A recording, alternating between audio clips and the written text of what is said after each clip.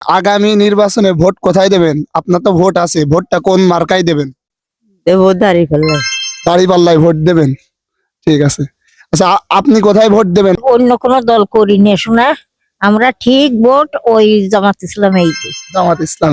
ভোটটা কি মার্কায় দিতে চাচ্ছেন, মানে কাদেরকে চাচ্ছেন নির্বাচনে?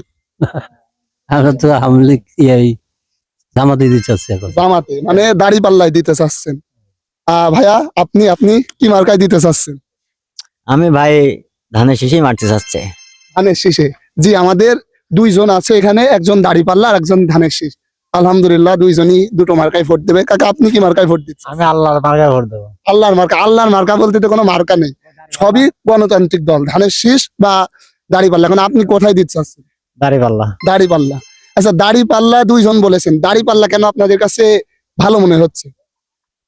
দাঁড়িপাল্লা ভালো মনে আছে, দাঁড়িপাল্লা আছে, ভোট দেবো এই জন্য যে সবাই তো দিয়ে দেখলাম, এটা দাঁড়িপাল্লা দিয়ে দেখি জামাতটা কি করে। নির্বাচনে প্রথম ভোটটা কোথায় দিতে চাচ্ছেন?